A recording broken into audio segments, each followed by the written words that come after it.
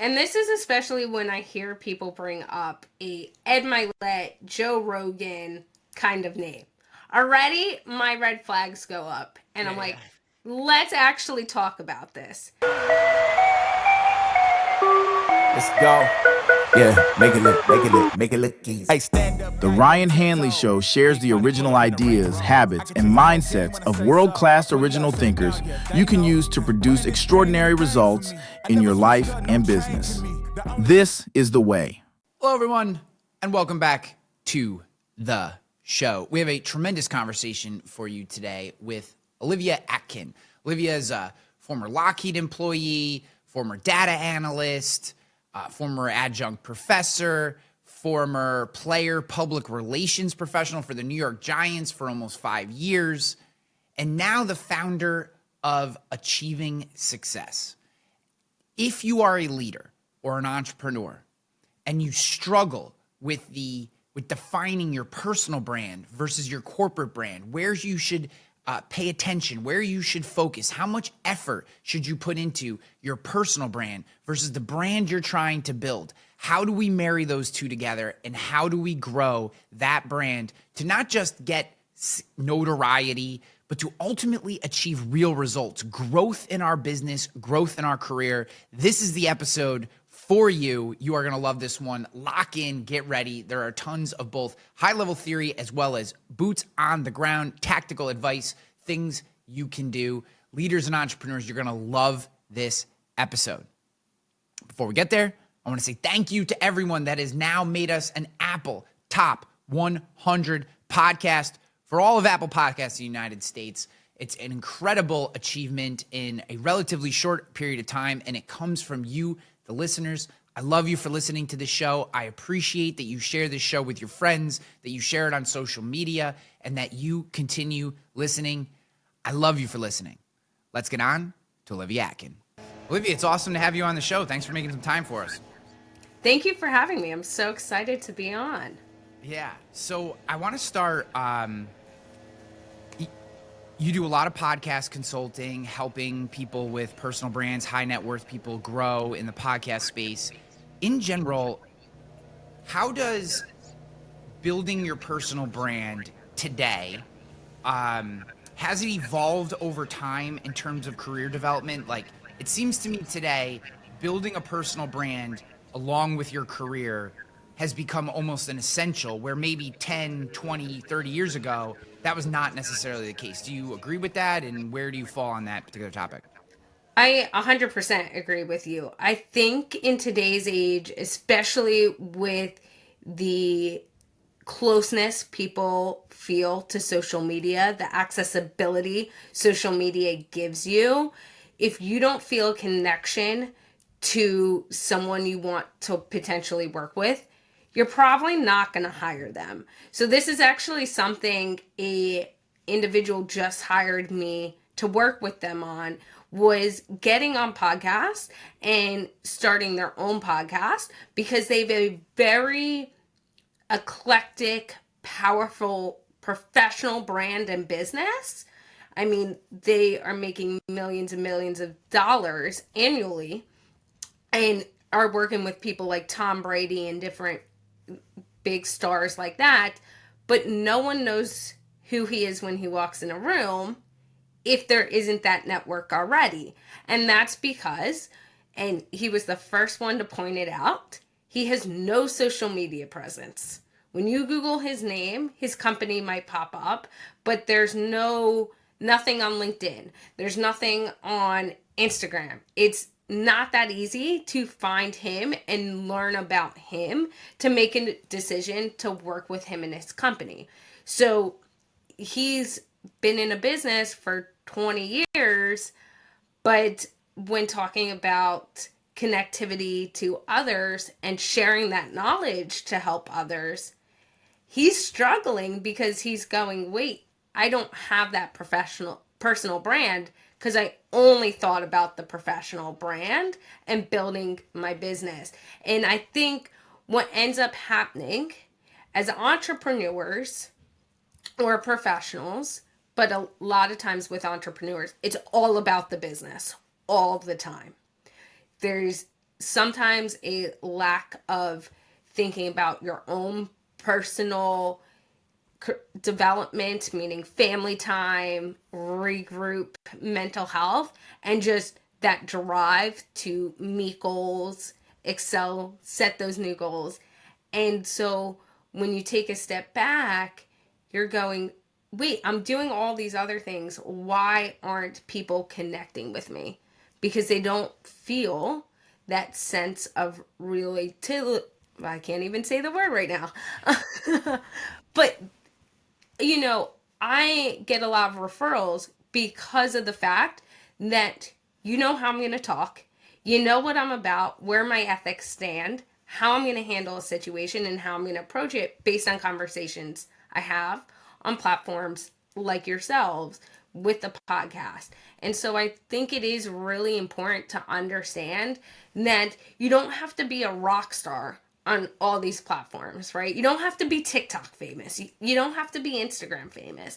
But know where people you want to potentially work with or connect with and build relationships with. Because in reality, networking and getting clients is all about building long-term relationships where those individuals sit. And then based on that, you'll be able to build out your personal brand while also making it seem effortlessly because you're being true to yourself.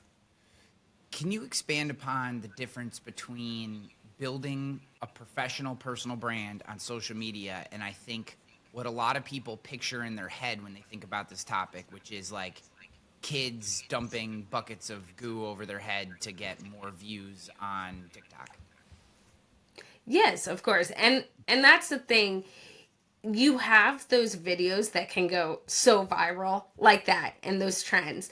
But in reality, building that personal brand is and professional brand is letting people in behind the wall, right? It's showing those little glimpses of what your life might be like, how what you're doing to go, here's the space I'm in. These are the places I'm making an impact. Here's when things aren't as neat and clean and 100%. And really having those conversations. You know, one example I give is I have two LinkedIn's, two Instagrams, two Facebook's accounts.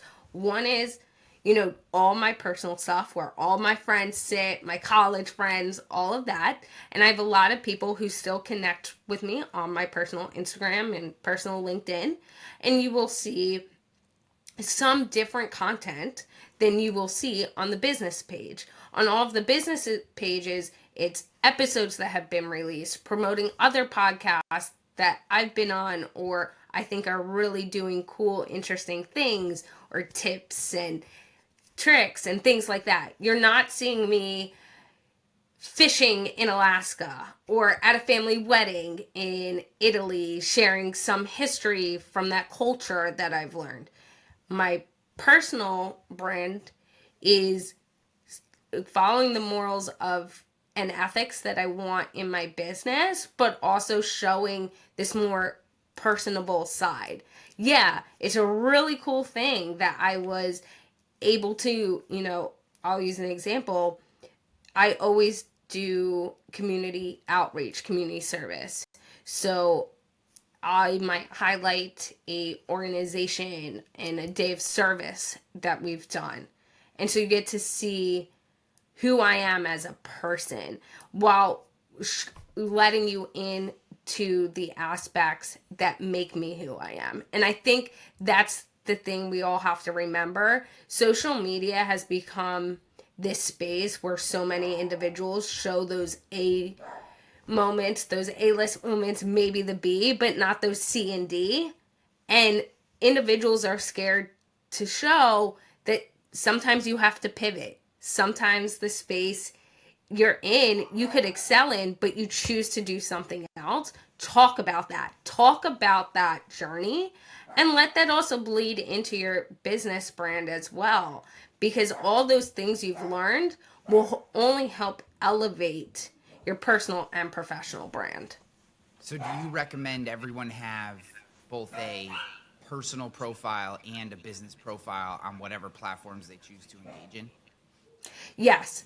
I think, and I use it in an example of this way. If you only have a personal brand or a personal account, for example, and you should be highlighting the accomplishments the company's doing, maybe something innovative, a challenge you might have. But do you want all your friends to that be popping up on their platforms? Are they going to care? Right? They might be happy for you, but after a while, they're going to be like, why is Olivia only posting about her business? Right?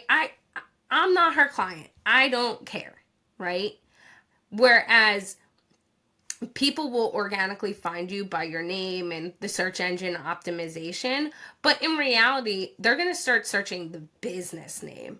So when you have that business page, it allows people to easily find what they're looking for, be able to navigate it, and be able to find those key takeaways that you want the brand to represent. Because the other part is, especially as an entrepreneur, you can be the face of your company, but it should be a we. We're doing this. This is what the company's doing. It shouldn't all be, I'm the face and I'm the, Olivia's the only one. Look what Olivia's doing. Look what I'm doing. Because it is really a we effort. It feels to a lot of people I talk to like creating a personal brand, building brand in general, like a full-time job. And the pushback I get when people ask me just about the work I do, and I don't do consulting in the space that you're in, just I'll get questions. They'll be like, man, it just seems like so much work. Like, how do you, if you are an entrepreneur, how do you manage the job you have to do, CEO, board member, chairman, wherever you fit in the organization at that current moment? How do you manage your time? How do you allocate where you focus for the actual work that needs to get done to grow the business that maybe is the achievement people want to know about versus telling that story on social media? And I think that's a great question. And one thing I always say to keep in mind is you're not going to be able to reach everyone on social media all the time. So what feels the most organic to you, right? When I started my business and podcast, I talked to individuals who told me I had to be on every single platform. And they created an account for every single platform, TikTok, Twitter. And we had all these business accounts. And they're like, it's okay, we're going to repurpose the content. So you're going to, maybe have that motivational quote or do a video and you're just going to post it on everything. But I personally never understood Twitter, never understood TikTok. So I was very uncomfortable and hesitant recording certain content because I knew it was going to be going up on those spaces, and every platform is a little different. And so because I didn't feel comfortable doing it, I had a very hard time actually following through on it. And in reality, if my network, my community, they might be on TikTok, they might be on Twitter, but that's not where they're trying to have in-depth conversations. That's not where they're trying to network.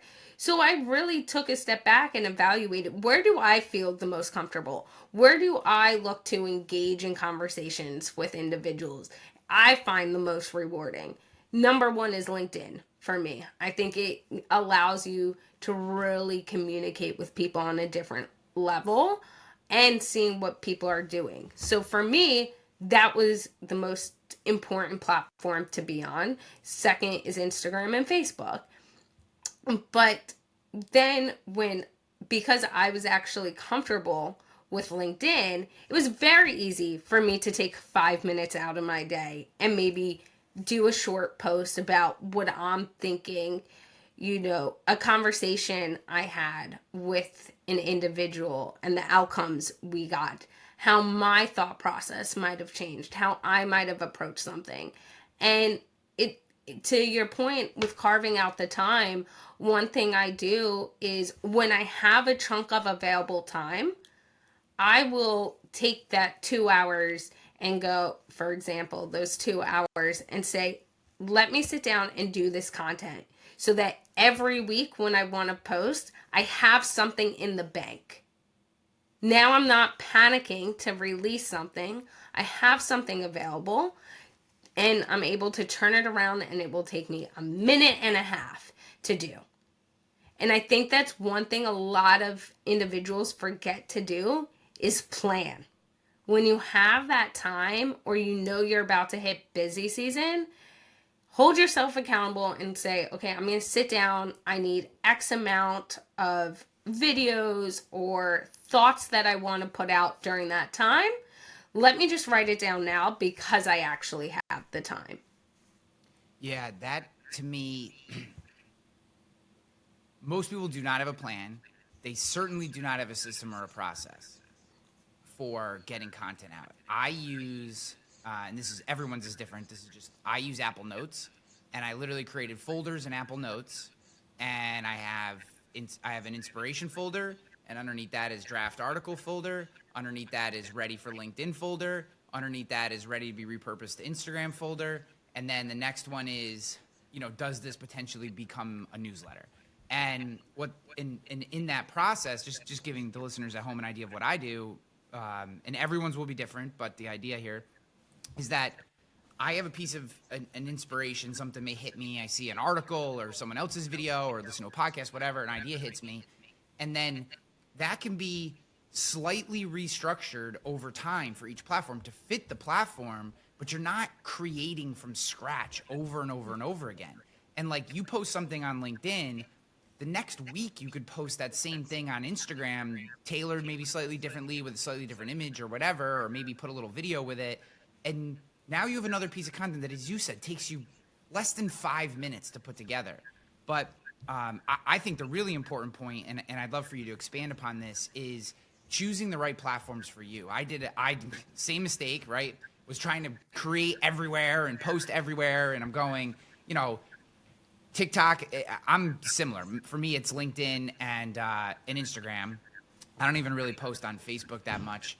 I have an unfortunate addiction to reading X just because I love the insanity. It's like chaos porn, I guess you could say. But I don't post there incredibly often. How does someone audit where they should spend their time? And maybe in there, how do they avoid, I think, that mental trap of feeling like they need to be everywhere if they go this route? That's a great question. And before I dive into it, I want to highlight something you said, and that is the importance of the process and procedure. I have a lot of conversations when it comes to doing everyday business things with entrepreneurs or even employee level, and especially within the podcast space, of really thinking of the strategy, the process, and the procedure, because all of those are so important. And a lot of times we prioritize certain tasks and let the others fall off without having the correct process and procedure in place. And then you get hung up on, have issues, and then it drives you to say, okay, I'm throwing my hands up in the air and I'm walking away from this. And so I love that you mentioned that, because that is one of the biggest things that I stress and I work with individuals on, especially within the podcasting space, because that is such a topic that people forget about, is the importance of strategies and processes and implementation, because it is really important to have all the pieces together in order to have that easy flow. And so thank you for bringing that up. And to answer your question, one of the things that I do to get out of the noise of feeling like you have to be on every platform is kind of the same approach that I take to speaking. You're only going to be able to reach a certain amount of people.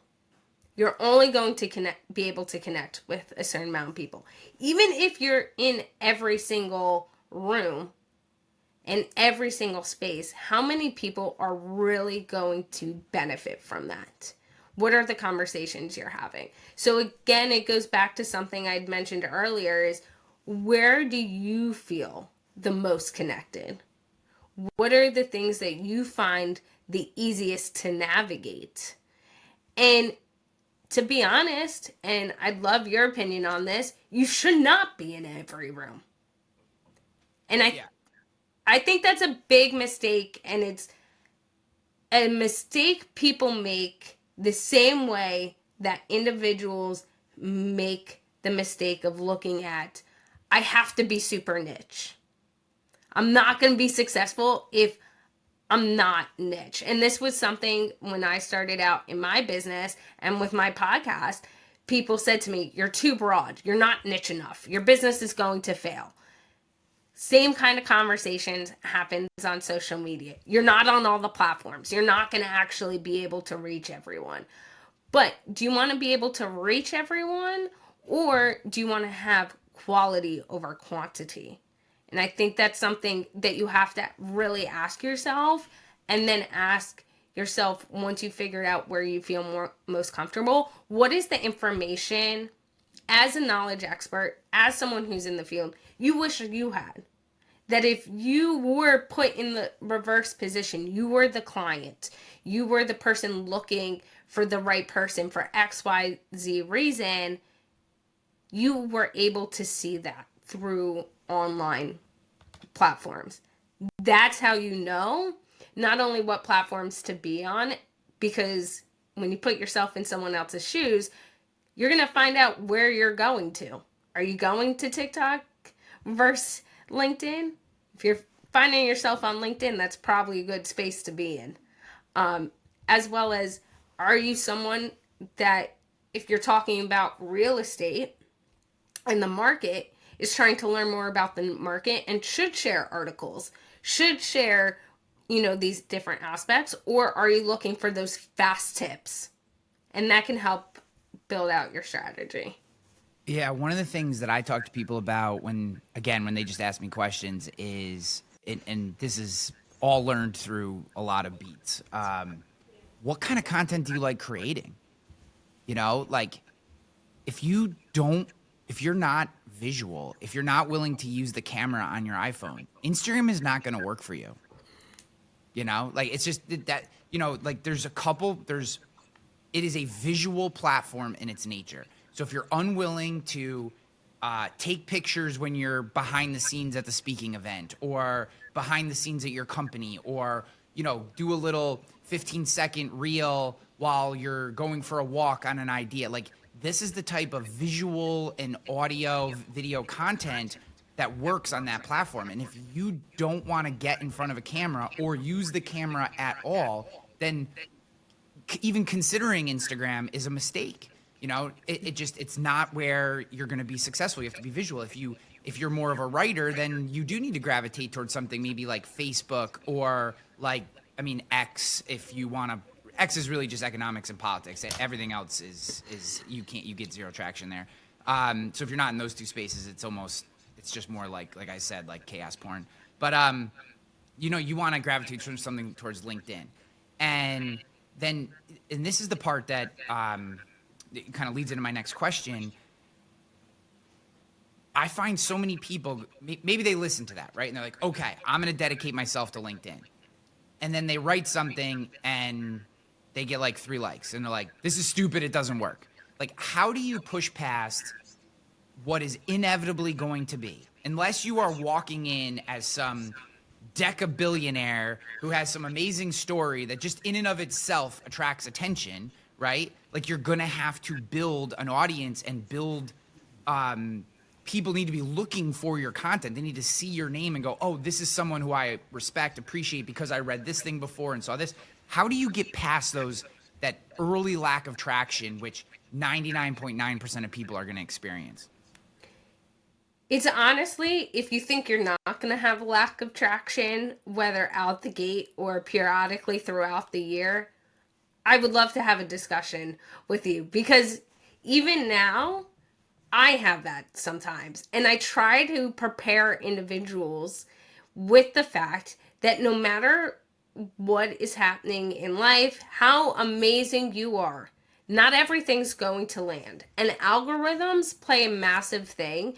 And Instagram, LinkedIn, they're always changing things. A recent stat I saw was you have to post something 60 times, the same piece of content, 60 times in order for it to actually reach your whole network. How many of us are going to want to repeat the same content 60 times in a row before it actually reaches it? So it's really understanding what is your purpose with putting that content out there. And there can be a lot of positive things that can happen for your business and for your personal brand, even if you don't have a business, that doing certain posts can do, right? So I see this in podcasting all the time because it's a very similar conversation. A lot of individuals think they could start a podcast, especially if they have a name that within an industry is very well known. And all of a sudden, they're going to come out the gate and have a top podcast. And it's not like that. And some episodes you can think are going to knock it out of the park, and everyone's going to want to listen to it. And those could be the episodes that get the least amount of listens. And it's not because of anything the guest did or anything that you as a host did. It just inevitably happens.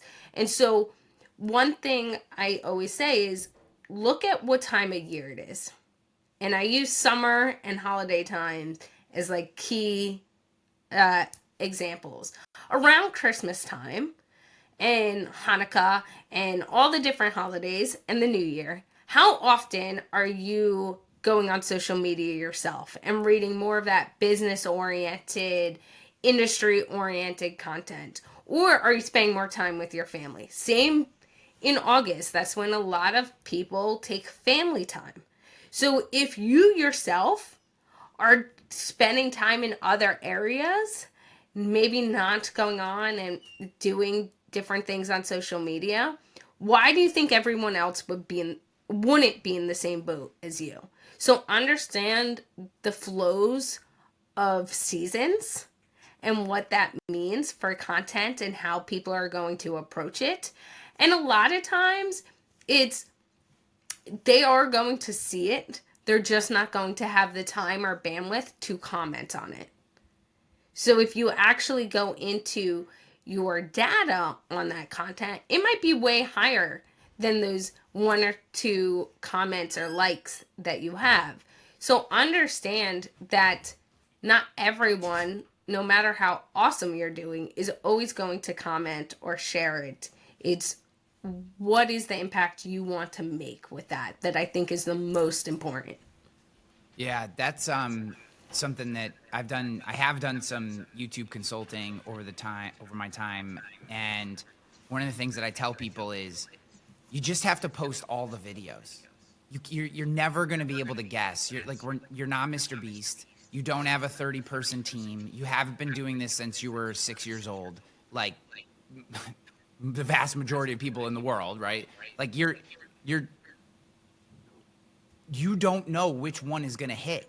Right? And you could put the perfect title with the perfect thumbnail and amazing content, and the algorithm just doesn't hit, or the right number of people aren't on at the right time, and this person loves it, but just for some reason doesn't click the like button, and it doesn't go anywhere. And then you could create another one that feels boring, and the thumbnail's blah, and the title's just very banal. And then all of a sudden it hits and someone watches it and shares it and it, blah, blah.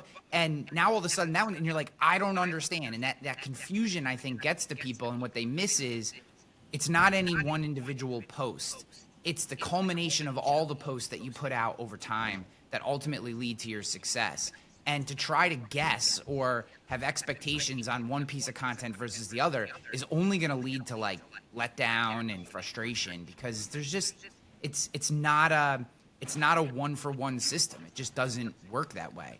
And I think that gets to a lot of people. The other thing, and maybe this is something you can expand upon for me, I think a lot of people don't hone this craft.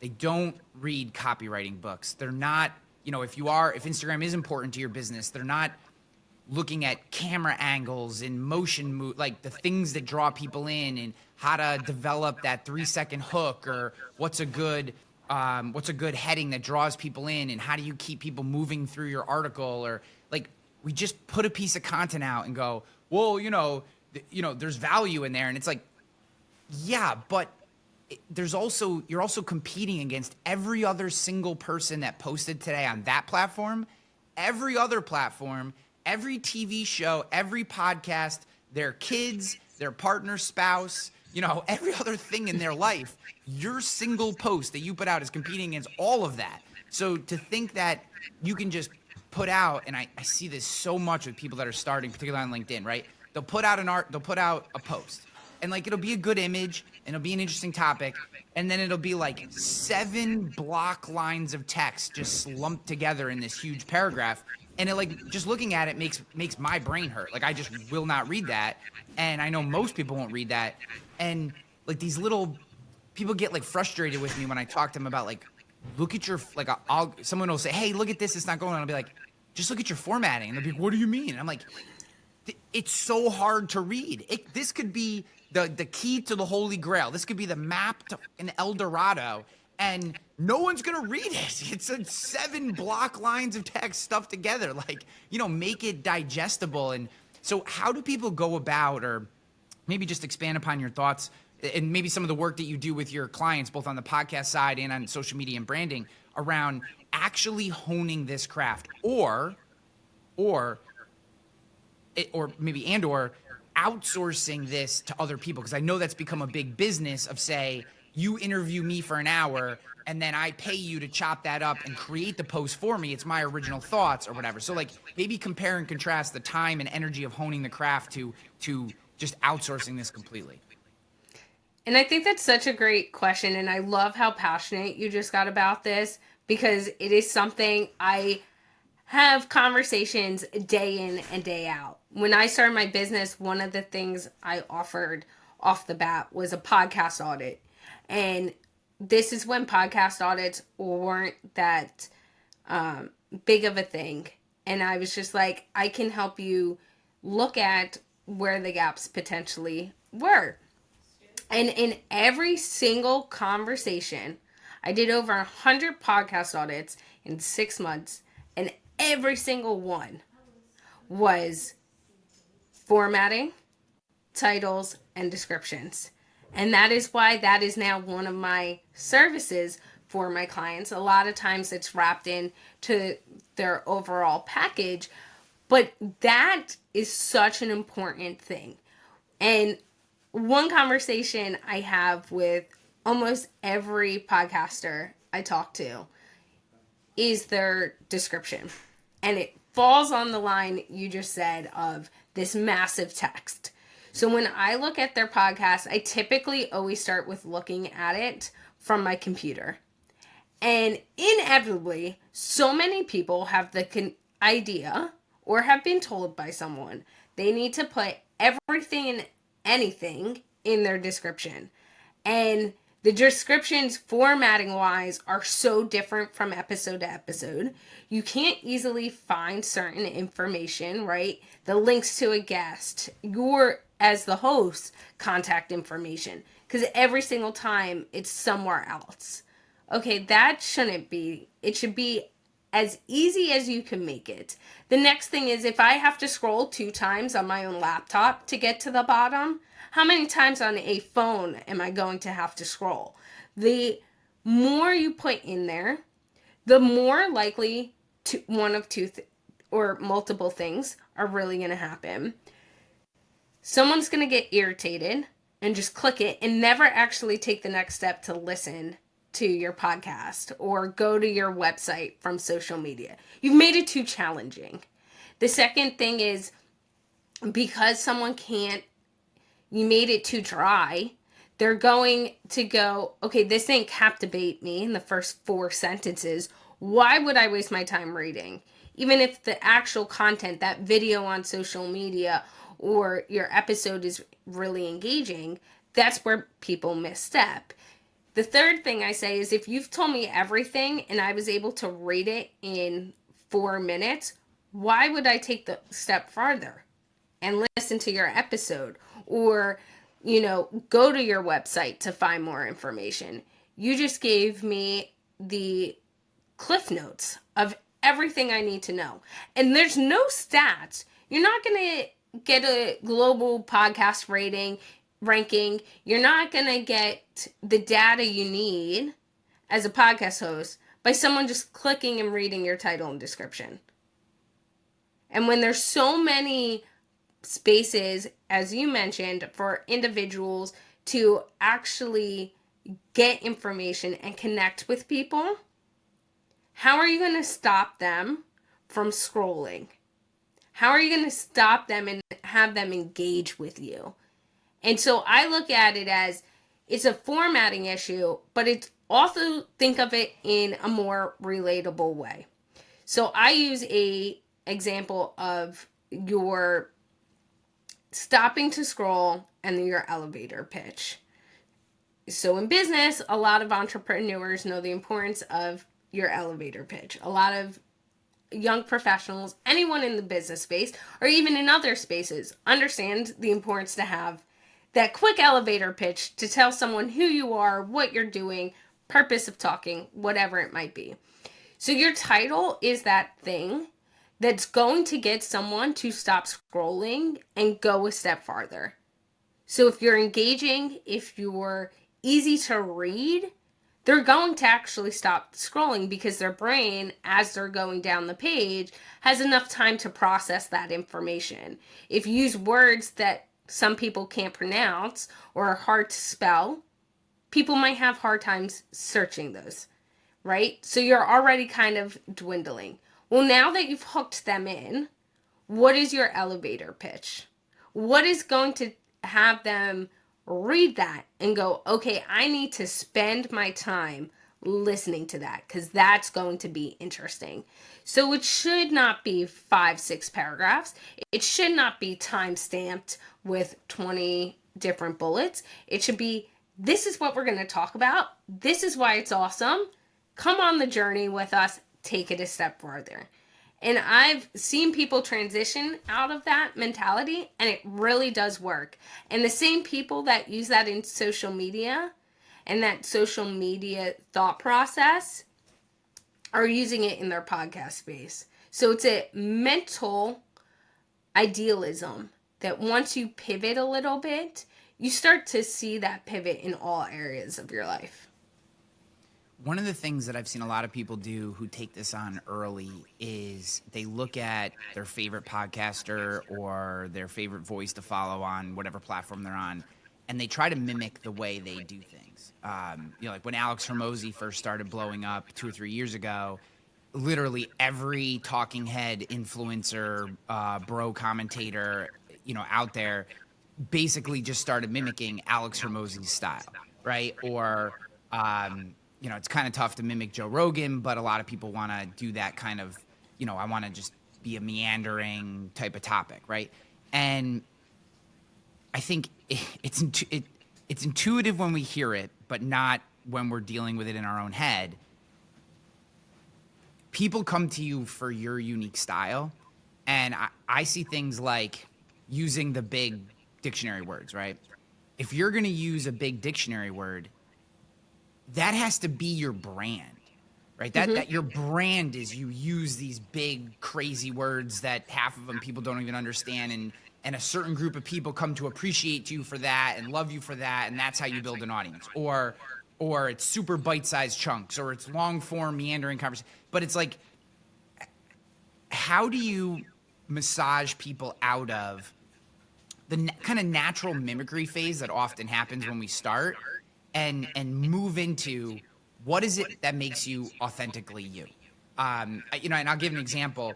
I get feedback on my shows for how much I talk in between questions. People will be like, oh, you're interviewing someone. You just ask them a question and move on. And I'm like, fuck that. Like, it's my show. 2, I have this amazing person on the other end of the line that I've locked in for an hour of their time. Like, I want to talk to them. I want them to know me. Like, I want to know them and how I feel like I get more information and richer answers and more engagement is by saying, oh, I had this experience, or here's my thought on that topic, versus just like question, which to me is a very boring style for me to listen to. That, so this is like who I am.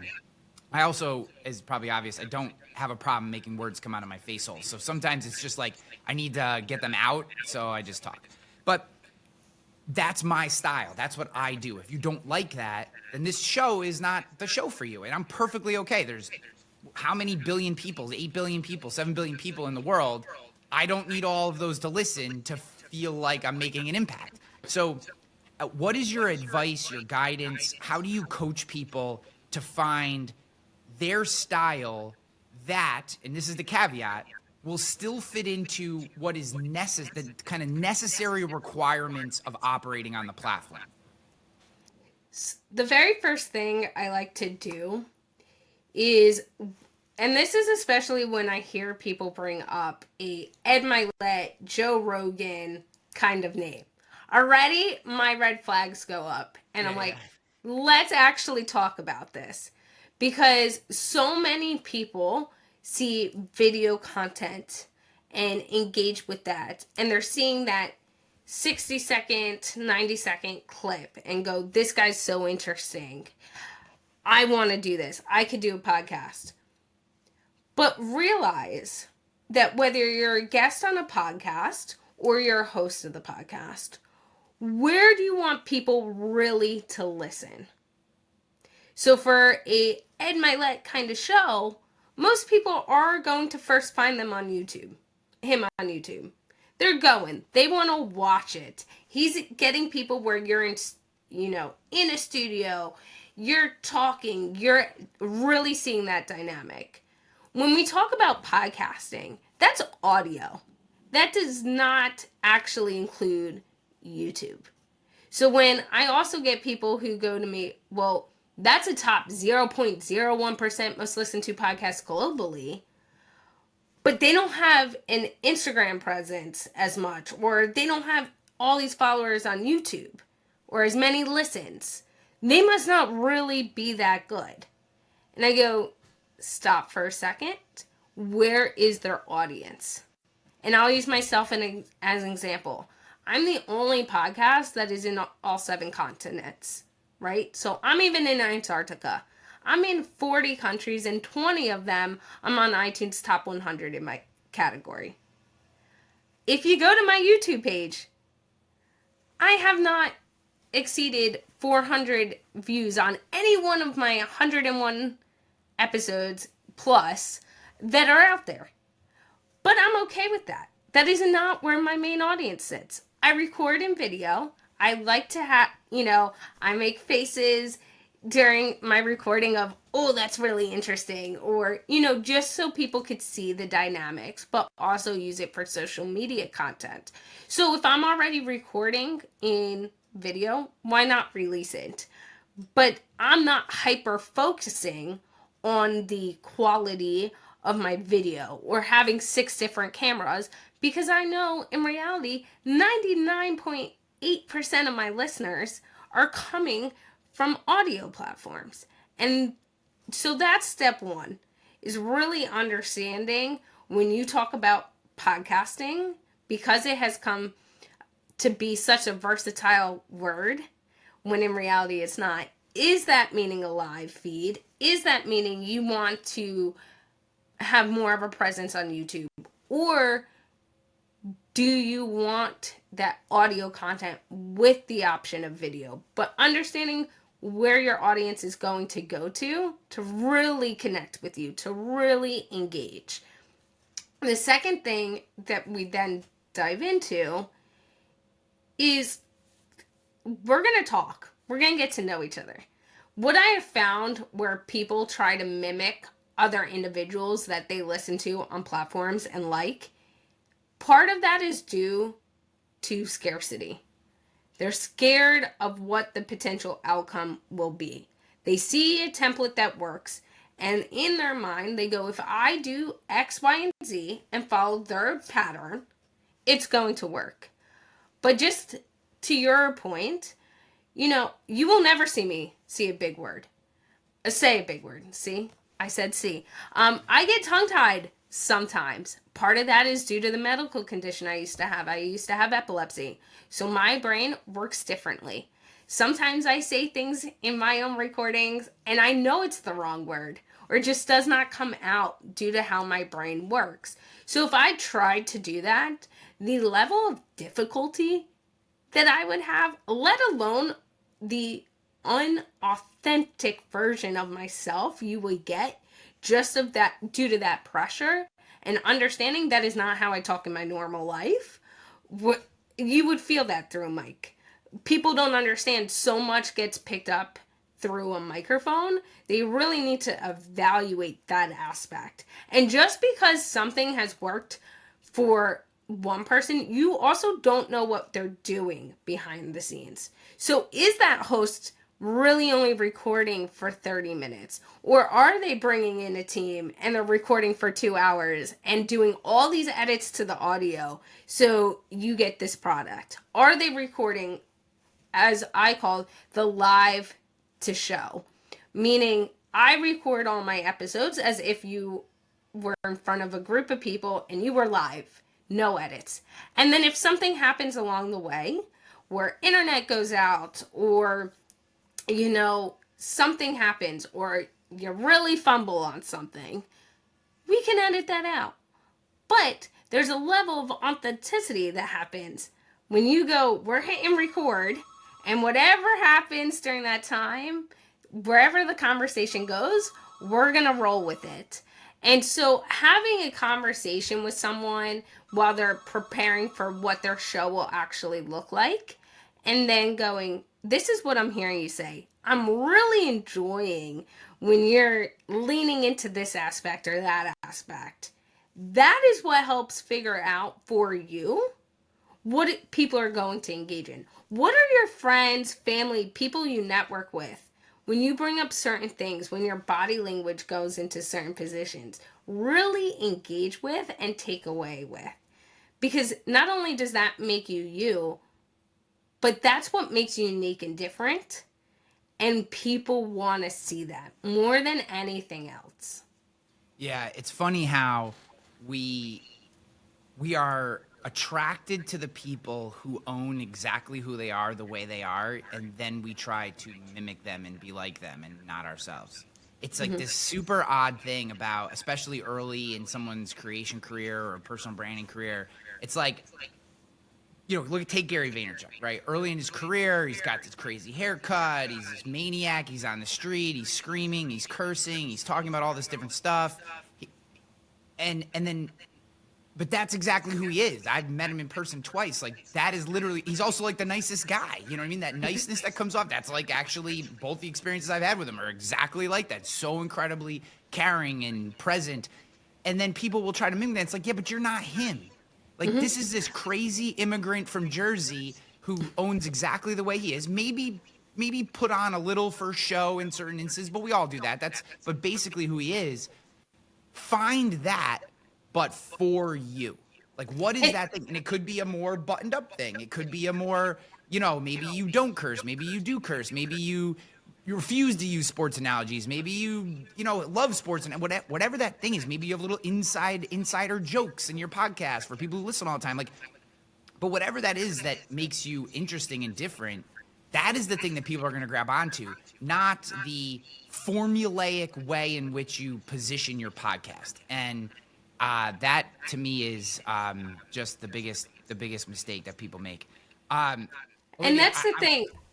Sorry to cut you off. No, I want to add to that with a quick example, because I think that goes and spills into all areas of your life, right? We talked earlier about professional and personal development. I think so many times we think we have to have this like business persona, and then when we are not doing business things, we get to have a different persona. And how many of us can flip a switch like that? And really, if something pops up when you're on personal time, are you going to want to have to completely transform who you are? And vice versa. Why are people working with you? They're working with you because you know what you're doing. They can relate to you. They connect with you. And so an example I recently had was actually personally. I was in Italy for a family wedding. The first night we get there, we go to this hotel for dinner. I've been so busy traveling for different work obligations, this and that I was not part of any of the planning. Let me give that pre-notion. I was just like, I would love to not have to organize stuff. So everyone just tell me where I have to be and what works for everyone else. I will be there. So the first night we get into Italy, we're going to go out to dinner, just my immediate family. And no one said necessarily where we were going.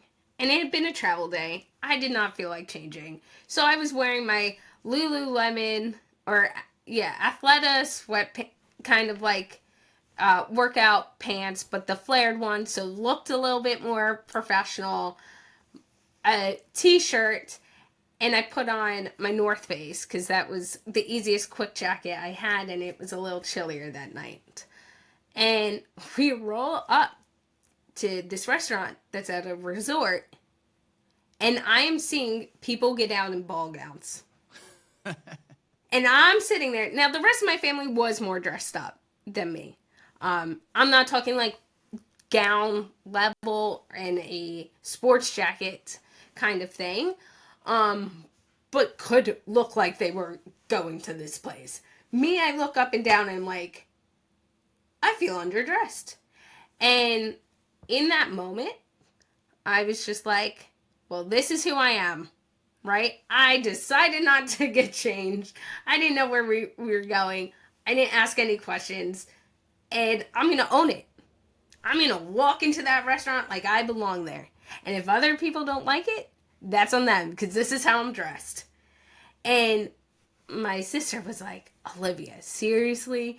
You're not Steve Jobs, right? You're not Mark Zuckerberg, because I started using them as an example. Well, they walk into a room, they can wear whatever they want. She's like, but you're not them. Like, you're going to be embarrassed. And I was like, no, because I have the confidence to go, okay, I'm in this space. This is what I'm wearing. I'm still the same person though. And I think that's a pure example of saying you have to embrace who you are and where you are, right? And so for me and when we had walked into the restaurant, not everyone was dressed up. Some people were in jeans, it was very diverse. And it so happened that those people getting out in gowns were going to a different part of the resort. So there was that preconceived notion that you had to be a certain way. And in reality, not everyone was dressed up. And you got to just live in your own moment and appreciate the environment you were in and being able to connect with people. And I think that's a pure example that can spill into other aspects of our lives. When you think you have to show up and be a certain way, dress a certain way, and act a certain way, you're not being true, and you become someone that is not you. And one day you're going to turn around and you're not going to see the results you want. You're going to be frustrated. You're going to have all these different feelings, and it's all because you didn't just say, this is who I am.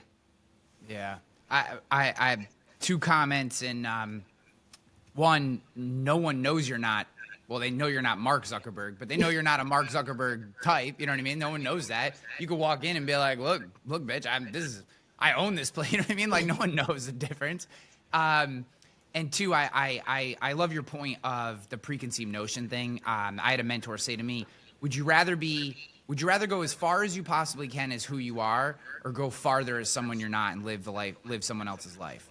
And that's a choice I think we all have to make. And not that you can't go even farther as yourself, you most likely will over time. But, sure, you can hack and gimmick and game the system and do all the little tricks and algorithm hacks. But if that's not who you are, then there's always going to be this friction that keeps you from moving forward.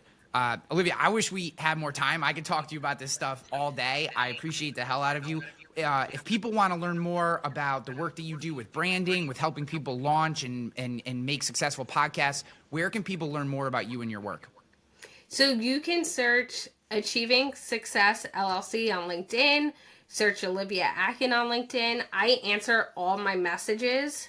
My website, you could go to achieving-success.com, or you can email me at olivia.atkin@achieving-success.com. It can take me up to like 72 hours to answer emails because I do get a lot of emails and I like to give the personal touch and actually answer all of them, but I will actually answer you. Oh, I love it. I love it. Well, I wish you nothing but the best. I appreciate your time so much. Thank you for being here. Thank you for having me. Let's go. Yeah, make it look easy. Hey, stand up. Thank you for listening to The Ryan Hanley Show. Be sure to subscribe and leave us a comment or review wherever you listen to podcasts. Came in the game for me. I never switched up, no change in me. The only thing changing is